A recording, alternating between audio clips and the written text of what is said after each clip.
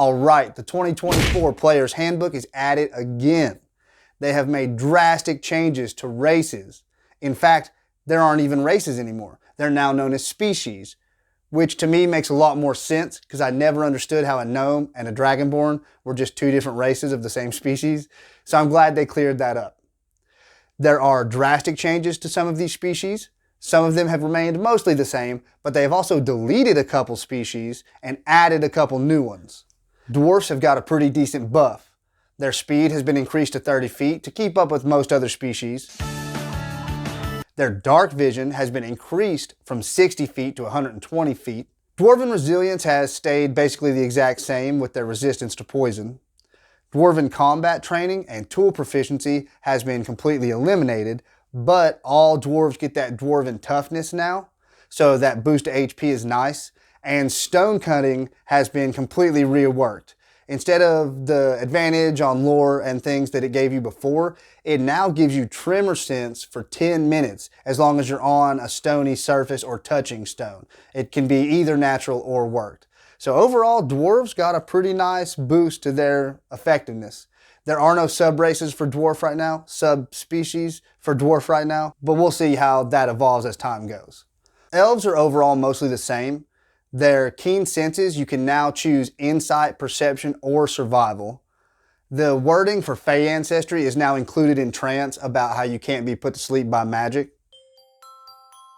Their dark vision has remained exactly the same. And the sub-races that you could choose from before are basically encompassed in elven lineage. And I'll throw that chart up here so you can check that out. That's basically the sub-race choices you had before. Halflings have received a little bit of a buff. Their speed got moved up to 30 feet also. Their brave can now be used to end the frightened condition as well as giving you advantage when you're originally frightened. So I'm glad they cleared that up, made that more specifically worded.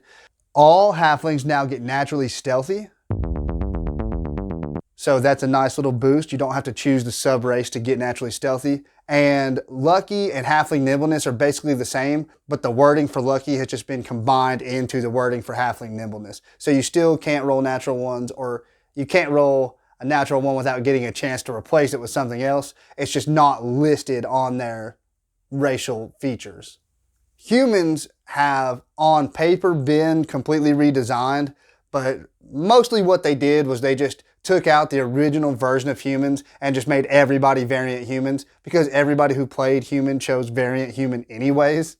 You get resourceful, which means you get a heroic inspiration at the end of every long rest. So you just wake up inspired.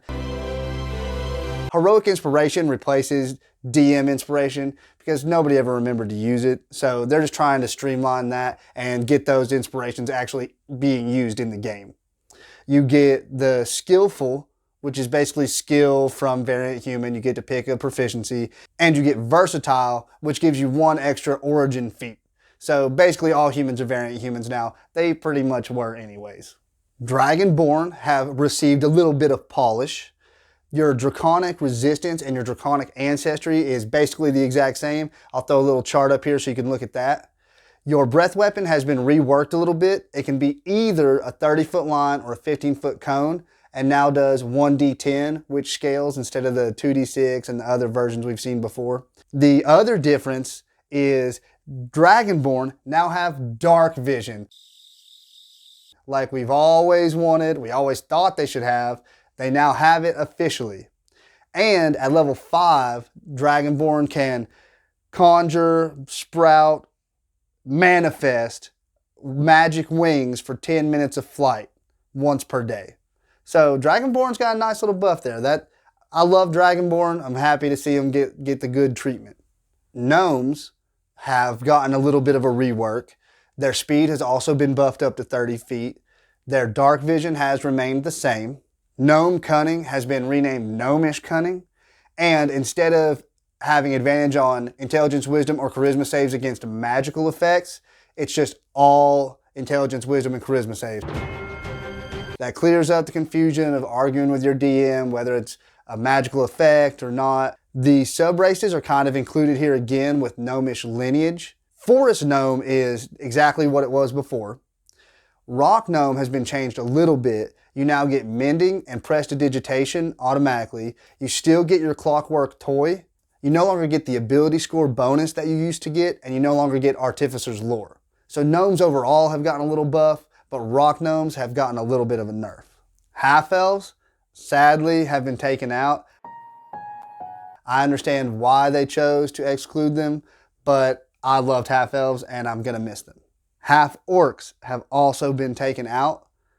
I'm sad to see them go. I understand the reasoning behind it, but I really liked half orcs. Luckily, they have been replaced essentially with orc. It's not exactly identical, but it carries over a lot of the same things. It's basically the orc that we had in Monsters of the Multiverse. Orcs get an adrenaline rush ability now, which lets them dash as a bonus action. And when they do this, they get temporary HP equal to their proficiency bonus. And they can do this a number of times per day equal to their proficiency bonus. Orc's dark vision gets a buff up to 120 feet. Relentless endurance remains the same. You still drop to 1 HP once before dropping completely to 0. Savage attacks and menacing have both been eliminated. Tieflings, one of everybody's favorite races, hasn't had a lot of changes. Their dark vision has remained the same. Their resistance and spells are now tied to their fiendish legacy, and I'll throw that chart up there.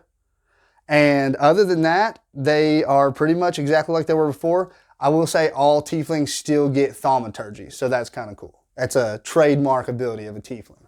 Congratulations, ASMR, you got added to the PHB. In my experience, ASMR is one of the most commonly played races that wasn't a part of the previous core races. And everything about them is basically the same, except that they're here. They still have Healing Hands, Lightbearer, Celestial Revelation, and they can choose the Heavenly Wings, the Inner Radiance, or the Necrotic Shroud.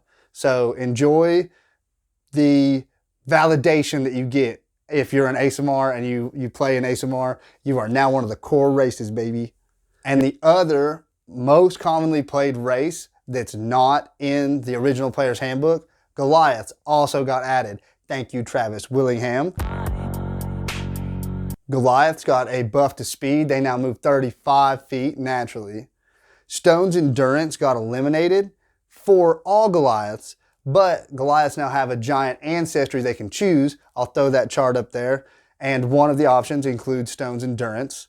They still have powerful build, so they still get the buff to their carrying capacity, but it also grants them advantage on saves to end a grapple. And they have a new ability called Large Form, where they change their size category to large for 10 minutes, which gives them advantage on strength checks and boost their speed by 10 feet. They can do this once per long rest. All right, so that's all the new species in the 2024 Player's Handbook. I think that some really neat things have been done. I'm glad that they included the ASMR and the Goliaths. I'm glad that they're called species now because race really never made sense. And if you've made it this far, go ahead and throw me a like. If you want to keep up with all the 2024 Player's Handbook stuff, go ahead and subscribe. Here's some of my other videos you might enjoy. Thanks, guys.